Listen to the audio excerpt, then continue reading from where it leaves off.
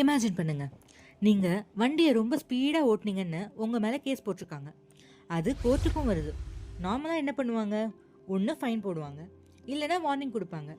But இங்கே ஒரு judge என்ன பண்ணுறாருன்னா, கோர்ட்டில் இருக்கிற எல்லாரையும் ஸ்டாண்டிங் ஓவேஷன் கொடுக்க வச்சு ஃபைனையும் கேன்சல் பண்ணுறாரு. எஸ், அந்த ஜட்ஜோட பேர் தான் கேப்ரியோ.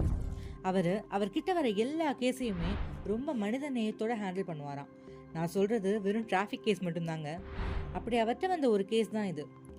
ஒரு நாள் வண்டியை ரொம்ப ஸ்பீடாக ட்ரைவ் பண்ணாருன்னு ஒருத்தர் கோர்ட்டுக்கு வராரு. வந்தவரோட வயசு 96. கேப்ரி அவரை பார்த்து கேட்குறாரு, இந்த வயசில் ஏன் இவ்வளோ வேகமாக வண்டி ஓட்டினீங்க அப்படின்னு.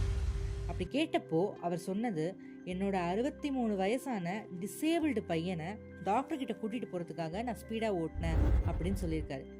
மொத்த கோர்ட்டுமே சைலண்ட் ஆயிடுச்சு.